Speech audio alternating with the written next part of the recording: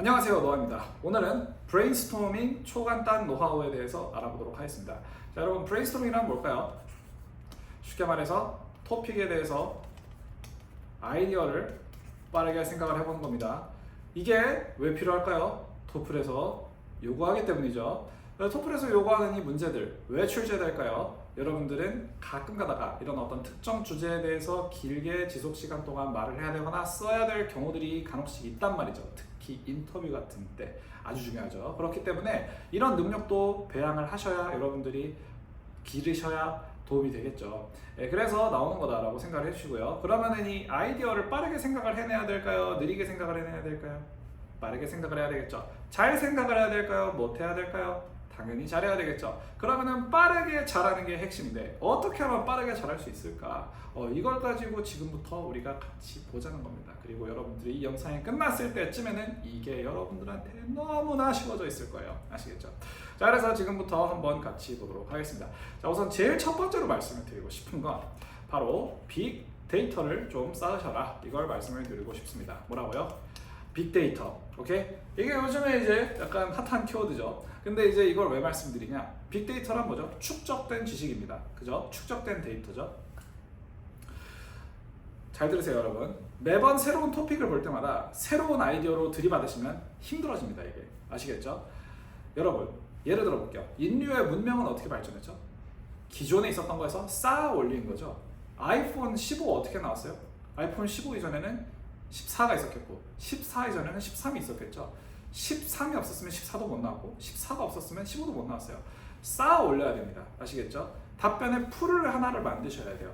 답변의 하나를 풀을 자꾸 키우고 하셔야지 이게 빨리 느는 거지. 여러분들이 매번 새롭게 대처를 새로운 문제 나올 때마다 새롭게 대처하는 능력을 가지고 키운다. 물론 그것도 있으면 좋겠지만 그렇게 하면 시간이 너무나도 오래 걸립니다. 아시겠죠? 예. 자, 예를 들어서 어디 공장에서 아이폰을 만드는 건 쉽죠. 근데 예를 들어서 무인도에서 아이폰을 만들려고 해보세요.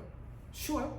절대 안 되죠. 그죠? 무슨 말인지 아시겠죠? 그렇기 때문에 새로 매번 하려고 하는 것보다 기존에 우리가 쌓아놓은 풀의 어떤 지식, 쌓아놓은 풀의 아이디어들을 가지고 갖다가 활용을 하는 거지, 갖다가 써먹는 거지, 이걸 가지고 매번 새롭게 하는 거 힘들단 말이죠. 무슨 말인지 아시겠죠? 그래서 이 빅데이터를 쌓으려면 몇 가지 팁이 있습니다. 우선 첫 번째로는 이제 많이 해봐야죠. 그죠? 여러 가지 토픽들을 보고 아이디어를 이렇게 생각을 해보는 연습을 좀 해봐야 되고요. 그리고 두 번째로는 이제 기록이 되어 있어야 됩니다. 아시겠죠? 하나의 노트에 기록을 해주셔야 돼요. 여러분들이 그리고 그 기록을 계속해서 보시면서 시험장 가셔서는 어떤 예시들이 있고 어떤 이유들이 있고 어떤 근거들이 있고 어떤 표현들이 있고 이런 것들을 쌓으셔야 돼요. 아시겠죠? 그리고 그 기록이 하나에 되어 있고 보기가 쉬워야 됩니다. 오케이? 그리고 세 번째로 여러분들이 그걸 가지고 많이 활용을 해보셔야 돼요. 생각만 해보는 게 아니라 어떻게 해야 된다? 써봐야 된다. 말을 해보고 글로도 써보고, 오케이? 그래서 많이 활용을 해보셔야 된다. 이 세 가지 좀 말씀을 드리고 싶습니다. 그래서 먼저 쌓아놓은 답안의 풀을 가지고 활용을 한다. 우리가 이렇게 좀 한번 접근을 해볼게요. 자, 그래서 그게 첫 번째로 말씀드리고 싶은 부분이고, 자, 두 번째는 뭐냐? 바로 실용적으로 생각을 해주셔야 된다는 겁니다. 뭐라고요? 실용적으로 생각을 해주셔야 돼요. 이런 느낌으로 생각하시면 될 것 같아요. 답변을 요구하는 문제 하나, 패스트푸드가 좋냐 슬로우푸드가 좋냐 라고 물어보는 질문이 있다고 쳐볼게요. 아마 여러분들이 생일 때 뭐 드실래요? 하면은 슬로우푸드로 많이 선택을 하시겠죠. 그죠? 그리고 대체로 좋아하는 음식이 뭐냐라고 물어보면은 슬로우푸드에서 답변을 하는 경우가 많습니다. 굳이 뭐 슬로우푸드 좋은 거 요새 많은데 뭐 굳이 햄버거? 굳이 뭐 프라이드 치킨? 이렇게, 물론 치킨 맛있지. 하지만 이제 어쨌든 이걸 굳이 선택을 하는 사람은 없단 말이죠. 근데 슬로우푸드가 문제가 뭐냐? 좋은 이유는 있는데 그 이유를 가지고 여러분들이 설득력 있게 설명하기가 조금 힘들어져요. 오케이? 여러분들 예를 들어서 슬로우푸드가 좋은 점은 뭐예요? 깊은 맛이 있다. 근데 여러분 깊은 맛 설명할 수 있어요?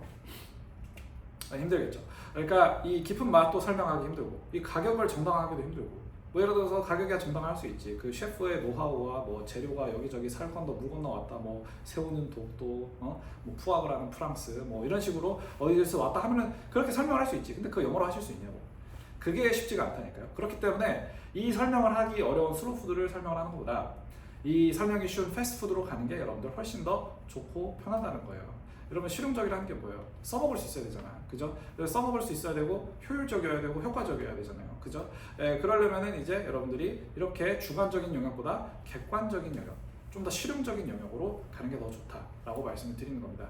인간을 인간답게 만드는 거는 논리적이지 못하기 때문에 그쪽은 좀 피하시고 그냥 실용적인 쪽으로만 무조건 간다. 적어도 토플 스피킹에서는 말이죠. 아시겠죠? 자, 그래서 실용적으로 항상 생각을 해주셔야 되고 예시도 실용적인 거, 오케이? 이유도 실용적인 거, 근거도 실용적인 거, 의견도 실용적인 거 이런 쪽으로 아시겠죠? 네, 그래서 항상 실용적인 마인드 이걸 가지고 계셔야 된다. 이거 말씀 좀 드리고 싶습니다. 그래야지 더 객관화가 되고 빠르게 내용들이 나옵니다. 아시겠죠?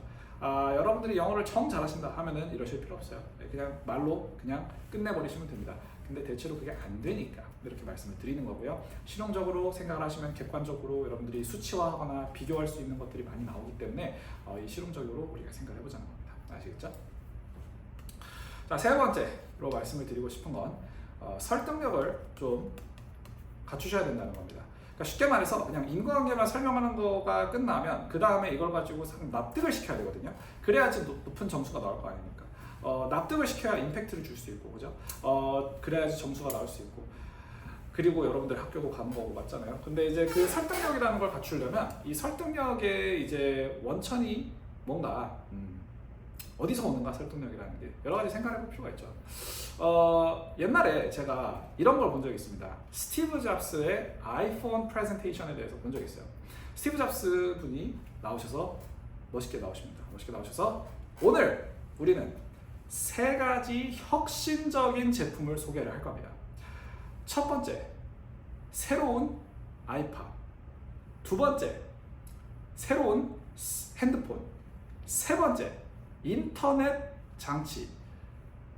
이렇게 해놓고 그 다음 뭐라고 하는지 아세요? 이 세 가지는 세 가지의 장치가 아닙니다. 하나의 장치입니다. 이런 식으로 설명한단 말이죠. 이게 뭐예요? 나열이에요. 아시겠죠?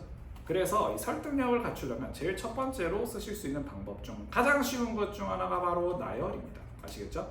어떤 소재가 있을 때 그 소재에 대한 내가 써먹을 수 있는 모든 것들을 나열을 한번 해보시면 좋습니다. 뭐 나열은 몇 개 정도 하면 좋냐? 한 3개 정도가 제일 좋습니다. Power over 3 아시겠죠?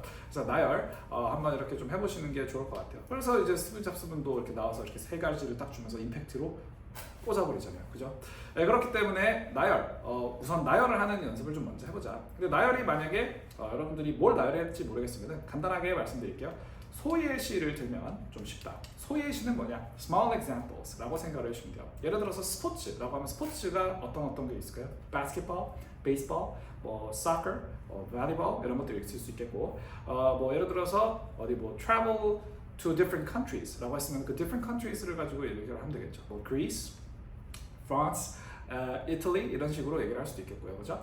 이런 식으로 작은 예시들을 나열하는 연습부터 좀 한번 해보시면 브레인스토밍이 좀 쉽게 될 수가 있고요. 자, 그리고 두 번째로 말씀을 드리고 싶은 설득력의 비결은 바로 비교입니다. 뭐라고요? 비교. 네, 비교를 하면 설득력이 있어요. 자, 예를 들어 볼게요. 여러분들 이제 만약에 아이폰과 삼성의 갤럭시 이 제품들을 두 가지를 고민을 할 때 여러분들이 예를 들어서 갤럭시를 골랐다고 쳐볼게요. 그럼 왜 갤럭시를 고르셨을까요? 왜 골랐긴 왜 골랐어요? 아이폰보다 여러분들이 뭔가 낫다라고 생각을 하기 때문에 갤럭시를 고르셨겠죠. 그죠?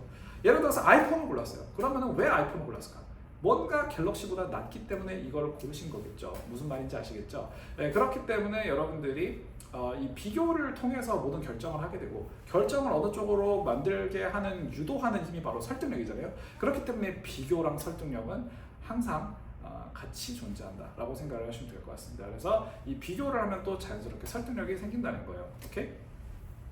네, 그래서 뭐 비교를 한다는 거는 이게 있을 때 없을 때 전후 과거, 미래 뭐 이런 식으로 다양하게 비교를 할 수 있습니다. 다양하게 비교를 할 수 있고 어디서 비교를 할 수 있는지는 여러분들이 뭐 사실 여러 사례별로 다르기 때문에 한 번씩 해보시면서 이제 보이는 부분이 있을 거예요. 그죠? 세 번째는 강조입니다. 강조. 뭐라고요? 강조. 여러분들 요즘 인터넷이나 아니면은 뭐 인스타그램 이런 거 보시면은 너무나도 자극적인 문구가 많아요. 그죠? 그리고 뭔가 클릭을 하게 되죠. 뭐 나도 모르게 클릭을 하게 돼요. 요즘 그래서 막 보면 피곤해 죽겠어요. 너무 신경이 여기저기 많이 쓰여서. 그죠? 뭐 그리고 이거는 저도 하나의 뭐 업자로서 저도 써봤다고밖에 말씀을 못 드리겠습니다만 어쨌든 이제 근데 이 강조라는 것도 그 고유의 설득력이 있단 말이죠. 힘이 주고 이목이 쏠리잖아요. 그렇기 때문에 이 강조도 하나에 쓸 수 있는 방법이다. 그래서 그냥 save money라고 한다든지가 아니라 save a lot of money라고 한다든지, 오케이? save time이 아니라 save a lot of time이라든지. 예를 들어서 예시에서 3달러짜리를 2달러로 아꼈다라고 하는 것보다 50달러짜리를 3달러로 아꼈다라고 하는 게 훨씬 더 낫겠죠. 그런 느낌으로 강조를 좀 집어넣어 주시면 설득력까지 갖추실 수 있다. 아시겠죠? 그래서 이 브레인스토밍을 여러분들이 어떻게 할 수 있느냐. 우선 첫 번째, 많이 쌓아가자. 두 번째, 뭐였죠? 실용적으로 생각하자. 세 번째로 설득력을 갖추자. 이 세 가지 여러분들 잘 알아두시고 이걸 접목을 시키시면 여러분들 독립형 점수 확 받습니다. 아시겠죠? 네, 그래서 오늘은 여기까지 하도록 하겠습니다. 도움이 되셨다면 구독과 좋아요 부탁드리도록 하겠습니다. 감사합니다.